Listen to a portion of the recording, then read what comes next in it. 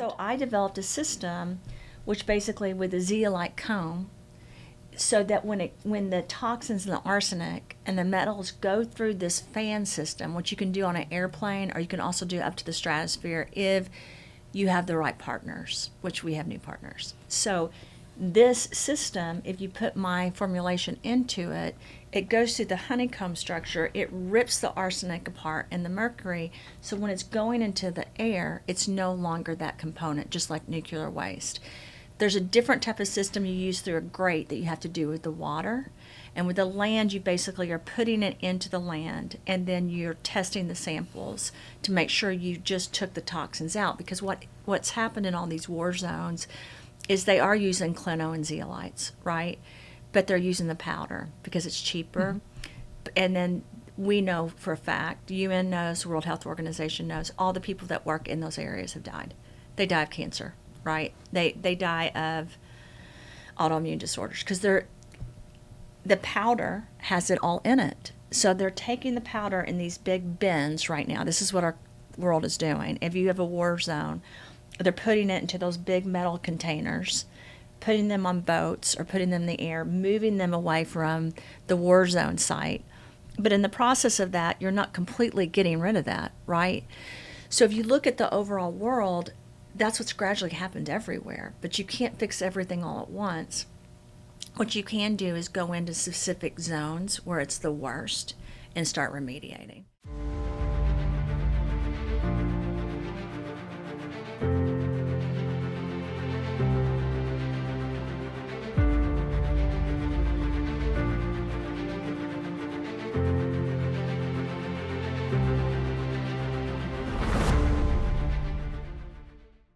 So everyone, my name's Dr. Christina Rahm, and this is Stephanie Christine. Every time I say her name, I think of my name because my mom was going to name me Stephanie and then name me Christina because my dad's name was Stephen Christopher, who I've been connected with you since I've met you. We have the same birthday. I do. And we both have light blue eyes, so we have a connection. But I think the biggest connection is we care a lot about people, about our children, and about life and trying to do the right thing. So thank you for just your life. It's such an honor knowing you and just to be here and, diving into the conversation. I love this conversation because we're talking about mentorship, and I kind of shared this with you when we saw each other Sunday. Mentorship has been a huge thing for me since Duquesne was, I think, 5 when we started the Rahm Foundation. And then later we made it into a 501(c), but it was because my son wanted to give everyone candy, and then he wanted to, it was Halloween, and then we started talking about how some kids don't even have money for candy, right? Mm-hmm. So he wanted to invite all these kids over to the house. So we had a couple of kids from the school that needed help, right, with education and healthcare and different things. And so Duquesne, even from a little age, wanted to help. He used to give away all of his toys, and I would say, you can't give all your toys away. You got to keep some of them. So we started this, and I taught him and his friends, and I actually was a soccer coach at the time for his grade, and I just fell in love with all of them, and so and they were all boys. And, I always thought I would have all these girls, but I had 3 boys at first, and then I had a daughter. But it was a way to teach him that even though you want to give, it takes work, right? Because what people don't understand, you have people that have a lot of money that can give, but typically you have to work in order to give, right? So I was trying to teach Duquesne that and his friends. And so we actually, at the age of 5, started a small board of directors. I did it informally in my home, and we put together this fundraiser. I think they raised $150. It was not a lot of money, but they loved it, and they had so much fun, and we carried that tradition on until he got into middle school. And then I formally started a mentorship program for girls and guys, and here's where I found the need. We live in Nashville, but we've traveled all over. The kids have lived all over, right? But I kept seeing these CEOs that had all this money that I was working with, and I was on board of directors because I was in healthcare, right? I was one of the few women that was sitting in those situations, and I kept hearing them saying, we really want our kids to learn how to set up a board of directors, how to work in an office, and they didn't want them in their offices because as a parent, you know this and I know this, my kids won't listen to me all the time. They do sometimes, right? I think when they get older, they may even more. But the truth is, kids are mentored by outside people. And oftentimes, and I'll use Kreider as an example, he was an intern in here in Hudson for years, and now they're in California. They just did an internship with Nahamas, and he just offered them a job. But when I was talking to Kreider in California, he was saying he's moving boxes, he's painting, it's not fun, it's not this, it's not that, which is great. And I said to him, I don't want to hear a complaint. This is part of life. Working is not just doing what you want to do. Working is working even when you don't want to do it, right? So I had this long talk, and then I followed up the next day with a talk. This is what mentorship is about. It's about teaching the younger generation who they are and who they can become and believing in them. And Stephanie, I think it's so important. Just in these days, it is so important as the world is transitioning. Yeah. And also learning about, my son just sent me a message the other day, and he was like, oh, Mom, I need to get out of here, out of the environment where he's in right now. And where is that? Where is he living? He's in Austria right now, very countryside, which is good, but he is actually expressing, and I found it so cute, I cannot live my potential. Yeah. And he's 15 and a half. Yeah. And he just wants to grow. It took a while for him to discover. I mean, we've been talking back and forth over years already, but now he's coming to this point where he is experiencing, well, life is changing, the world is changing. He is growing up and tapping into a new era of life. 100%. And now he just wants to figure out more about life. And that's where mentorship comes into account.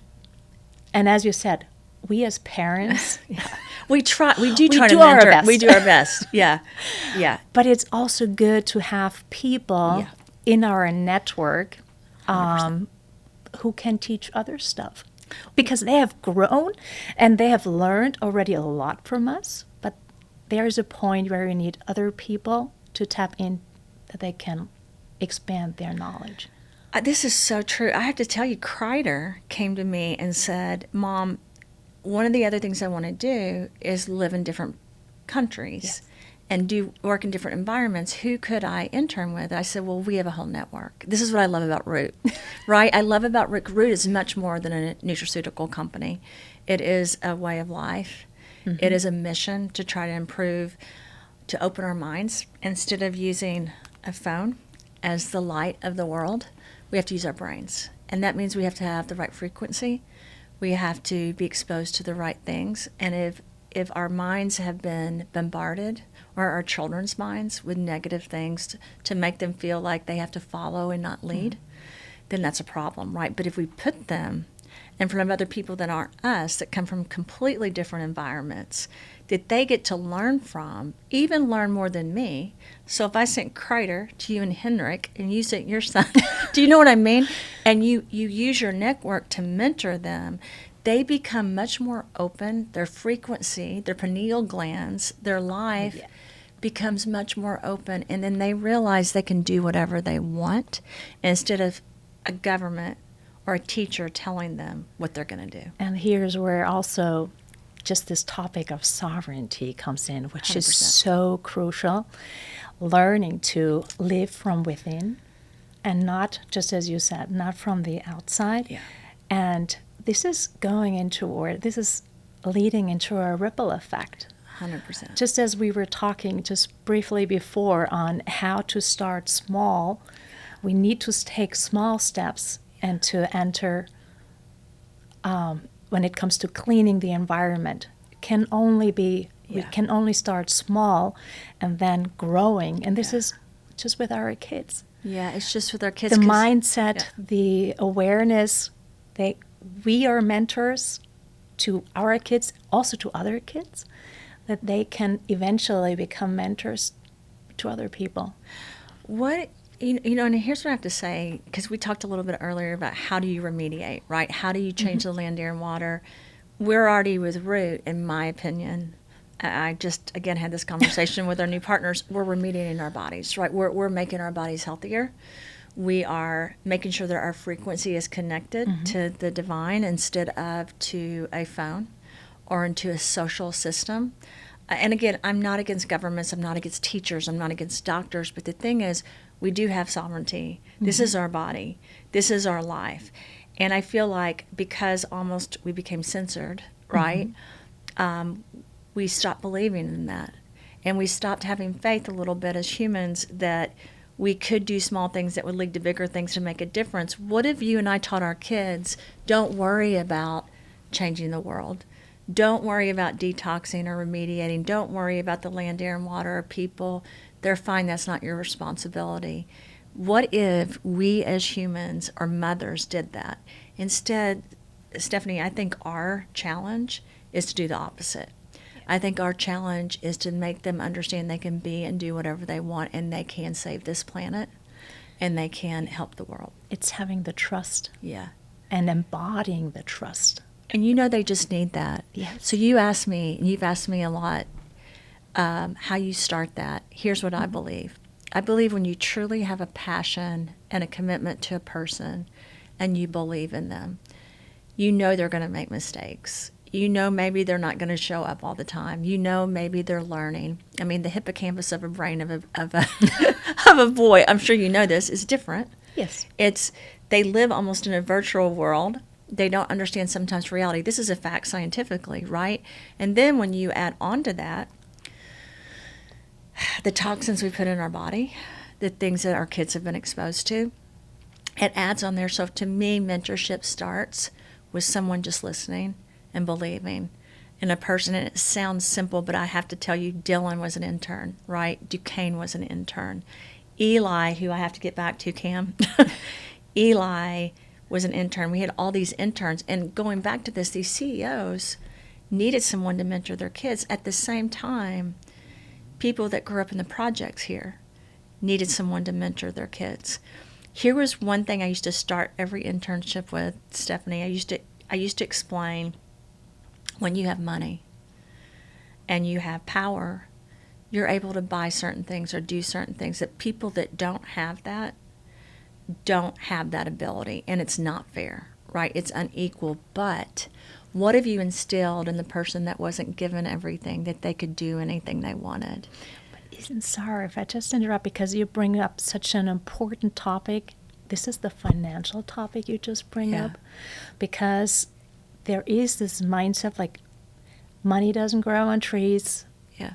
Rich people are evil. Yeah. Like all those mindsets. But this is also when it comes to mentorship, to explain and to show, and it is important. It is good because we always say money is making good people even better. Yeah. And the other way around as well. But you can do so many good things with that. Yeah, I feel a change definitely in my life in the last probably 6 to 9 months of, we are very blessed.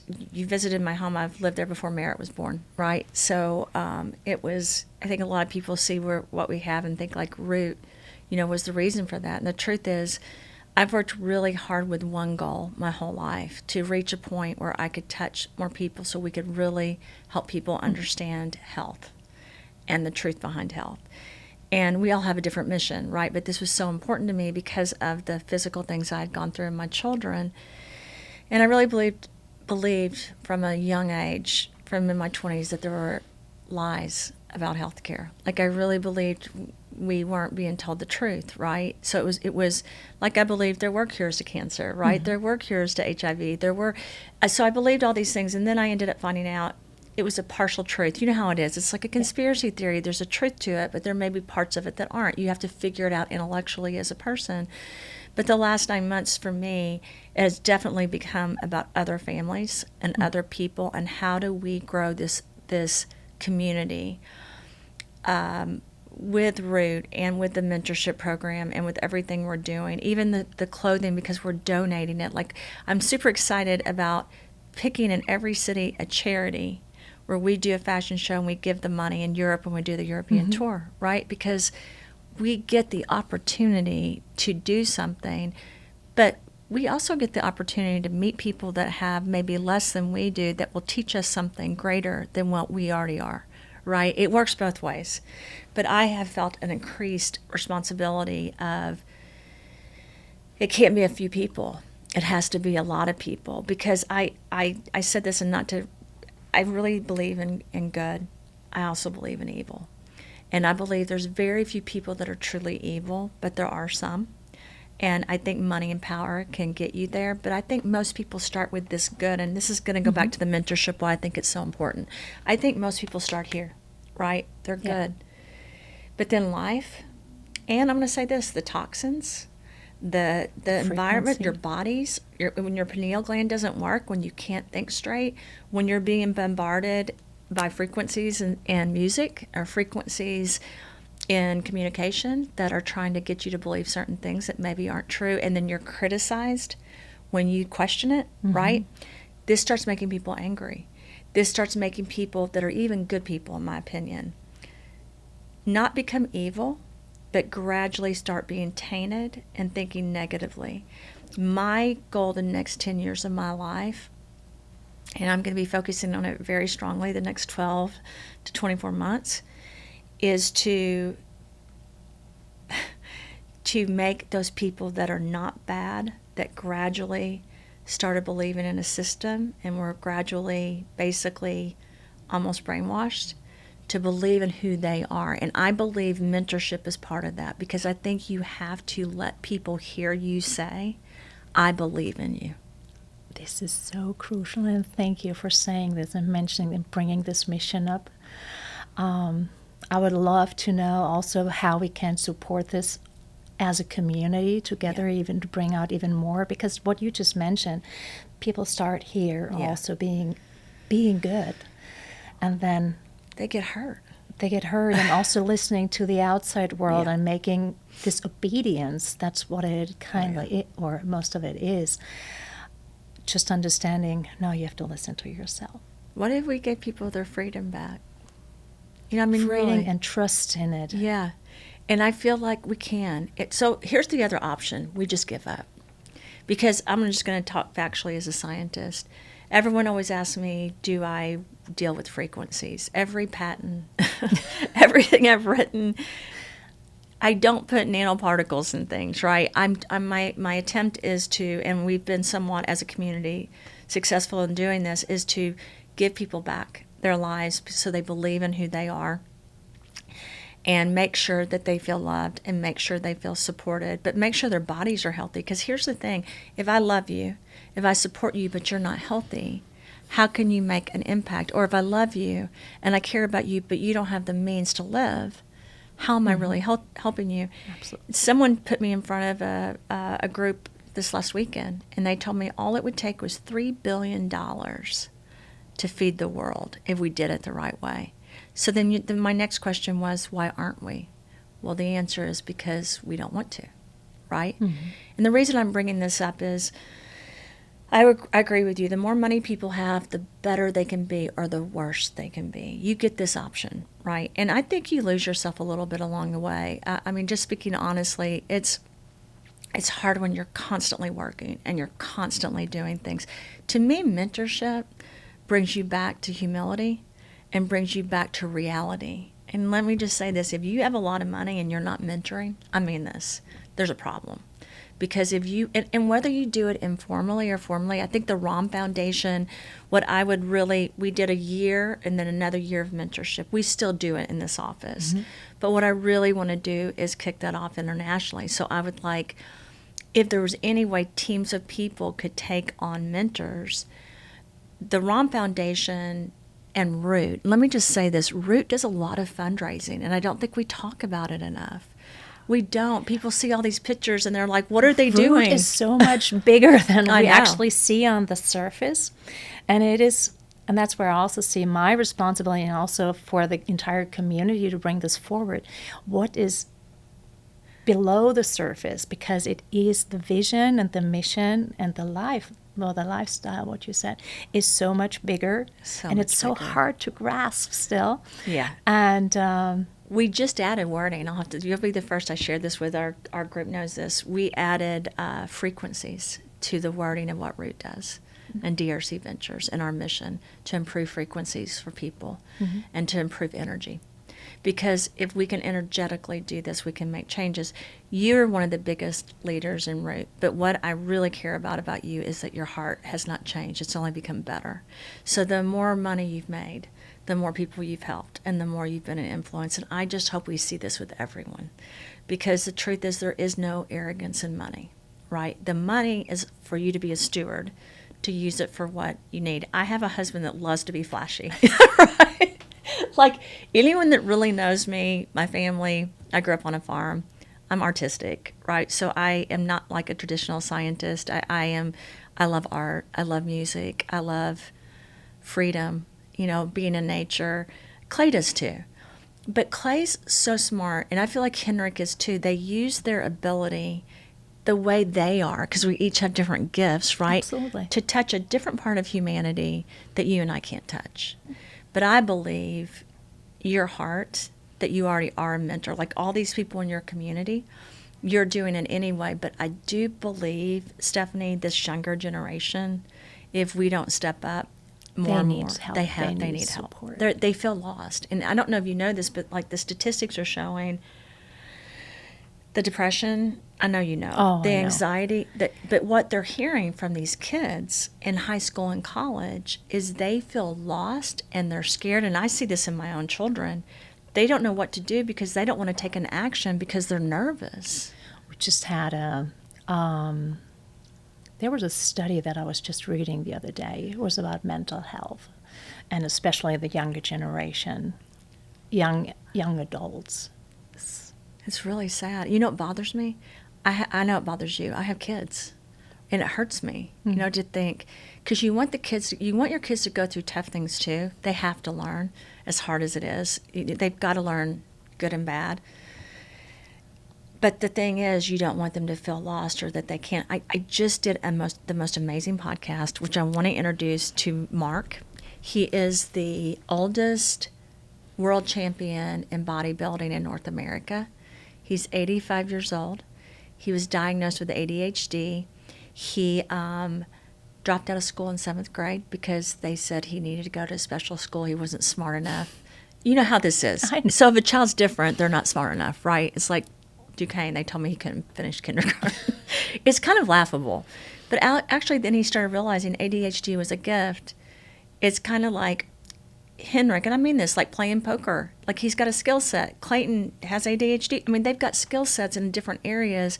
But if you can use that skill set to mentor someone, I believe that we can change the world, and I believe we can change the mentality. Because if we can't start teaching people these small steps lead to big steps that can make an impact, then we're letting bad take over. We need to accept. Yeah. It's also about acceptance. When we're talking about ADHD, autism at school, it's just the acceptance. People are different. Everyone is unique, and everyone has their unique gifts. I know. I get so tired of people saying to me, I really get tired of this, that Clay's different. And I'm like, I know. I love him. Like, I know. And my kids, same thing, but they were different. I remember when I met your sons and they had the bright colored hair, and I loved that, right? Because I knew that you were letting them be who they are. This is mentorship, but I think mentorship can't just happen again at the home. I think you have to have leaders, and I believe entrepreneurs have really got to step up, because an entrepreneur is kind of a rule breaker, right? It is, and it's also very important, especially when people or when kids are not coming out of an entrepreneurial-minded 100% family. Yeah. Like I did as well. And the first years when my kids grew up, I did not have an entrepreneurial mindset as well. It was just the growth and the life experience that got to it. I'm still learning, like we are all still learning. Yeah. And now transferring it over to the kids. Yeah. And share this gift also. Someone said to me they have their own children, so they don't need to be a mentor. And I said, no, this is why you need to be a mentor. Because truly, our kids, we get to touch them, but we don't own them, right? Like, we get to hold them. We get to try to teach them. But I think you and I have shared a common belief of we don't own our children, right? They have their own path. They have their own life. They actually aren't dependent on us for everything. And this is great, right? But I feel like my children have benefited from mentorship much more than beyond what I could ever teach them, because it's a different perspective. So the Rahm Foundation, working with other foundations and other groups like your community, being able, and for me, I don't mind doing 1 million fundraisers. I don't mind financially, because I've been blessed. I'm very thankful for that. I know you have too. We've all been blessed, right?